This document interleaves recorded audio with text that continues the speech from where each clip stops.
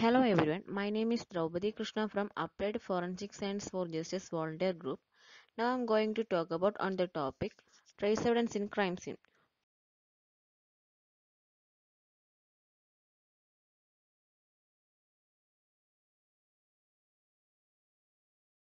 Topic should be covered into the presentation. What is trace evidence? Why is trace evidence so important? How is trace evidence is transferred? How does trace evidence is end up transferring to the crime scene, suspect or victim? How is trace evidence stored in crime scene? Principles of trace evidence, types of trace evidence, why are fiber considered as trace evidence, why are blood considered as trace evidence, why are hair considered as trace evidence, then collection and preservation of trace evidence. The introductory part. At a crime scene, there are often tiny fragments of physical evidence such as hair, fiber from clothing or carpeting, or pieces of glass that can be tell the story what happened. These are referred to as trace evidence and can be transferred when two objects touch or when small particles are dispersed by an action of moment.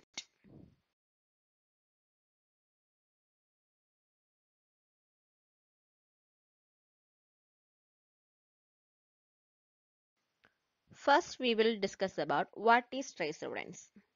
What is trace evidence? Trace evidence is created when objects make contact. The material is often transferred by heat or induced by contact friction. The importance of trace evidence in criminal investigation was shown by Dr. Edmund Lockhart in the early 20th century.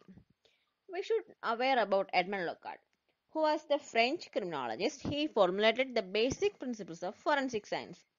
Fiber, hair, soil, wood, gunshot residue, and pollen are only few examples of trace evidence that may transfer between people, objects, or the environment during crime investigation can be potentially link the suspect and a victim to mutual location. Do you know that the substance are very small fragments, so they can easily transfer with the nearest one. So we get a link to connect the suspect to crime scene or suspect to victim. Next, we will discuss about why is trace evidence. We will must think about why is trace evidence so important. The trace evidence is important in accident investigation, where movement of one part against another will often leave a telltale mark. Such analysis is of great use in forensic engineering.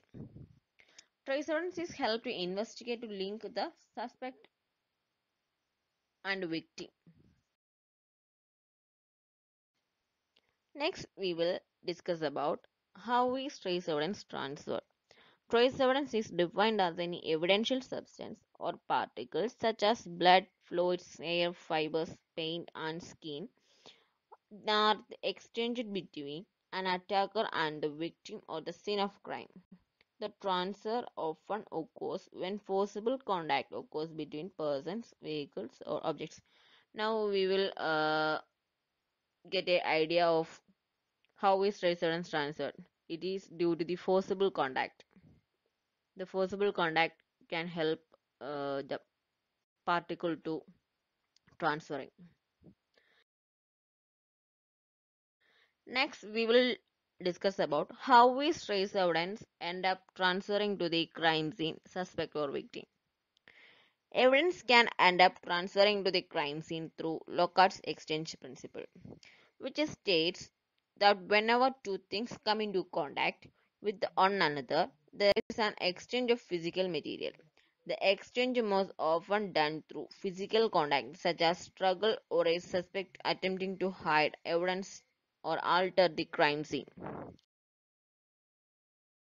Then we will discuss about how is trace evidence stored in crime scene. From a crime scene can be collected in plastic containers at the scene and transported back to an evidence receiving area. Of the storage time in plastic is to 2 hours or less, and then is done to prevent contamination of other evidences.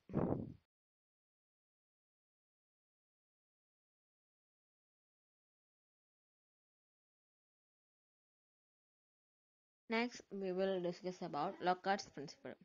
All of you know about Lockhart's principle. I am started a session with his name. Forensic related students must know about him and his codes.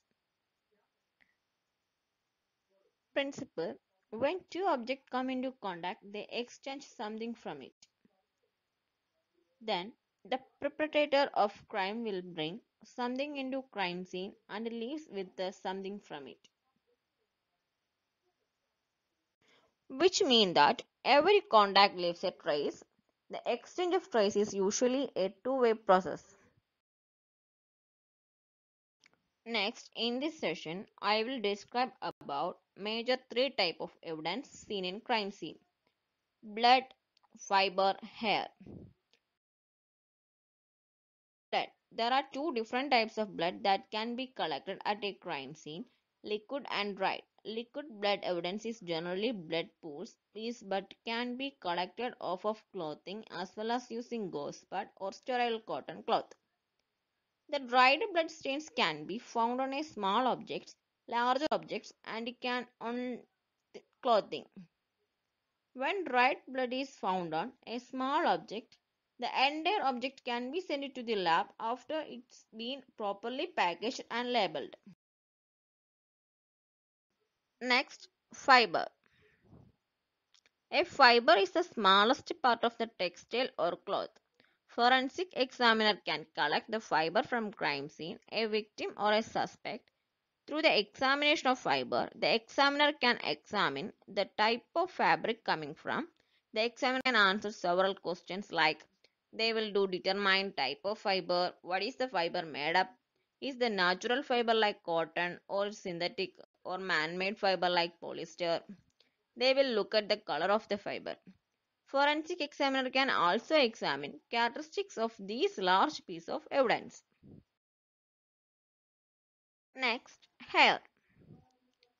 If a fiber or hair found at a crime scene, there are several different characteristics forensic scientists can examine to determine information about the person the hair belonged to.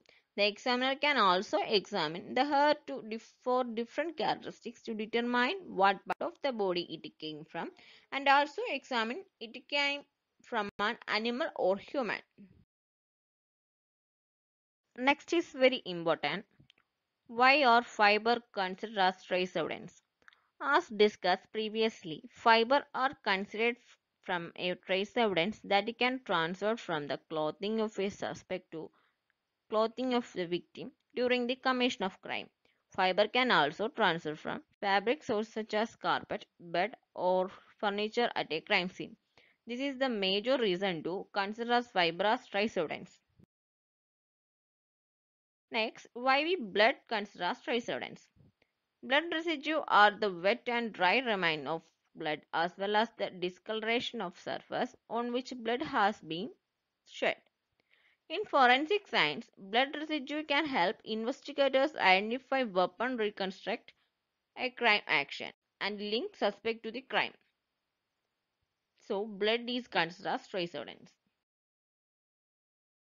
Next, why hair considered as trace evidence? Blood can be transferred during physical contact. Their presence can be associate a suspect to victim or suspect or victim to crime scene.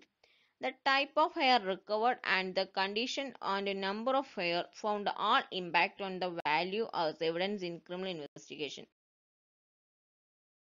Next, collection and preservation of blood. Whole blood can be stored at 4 to 8 degrees Celsius for up to 24 hours before the serum is separated. But it must not be frozen.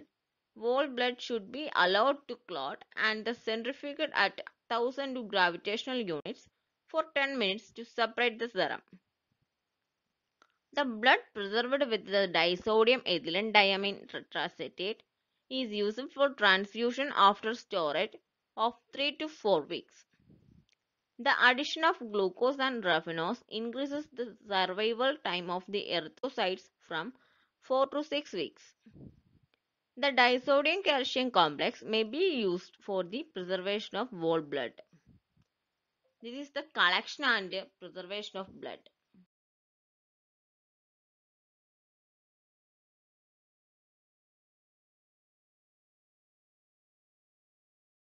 Next, collection and preservation of hair.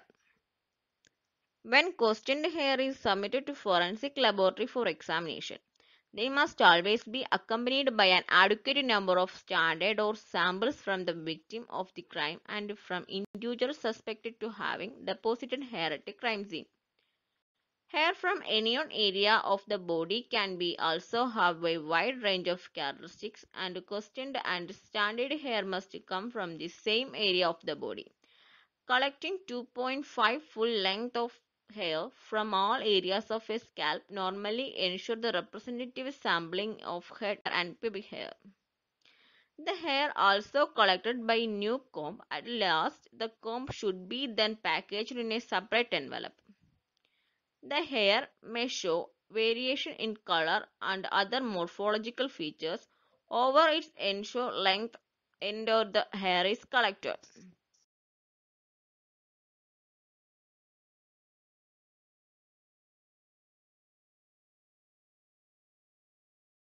Collection and preservation of fiber. Fiber evidence can be associated with virtually any type of crime. It cannot usually be seen with the naked eye and thus can be easily overlooked by someone not specifically looking for it. Strands of fiber seeks to identify and preserve potential carriers of fibers. Evidence relevant articles of clothing should be packaged carefully in a paper bags. Each article must be placed in a separate bag to avoid cross contamination of evidence. Carpets, rug, and bedding are to be folded carefully to protect areas suspected to containing fibers. Scrupulous care must be taken to prevent contact between fiber collected from the different objects or from different locations.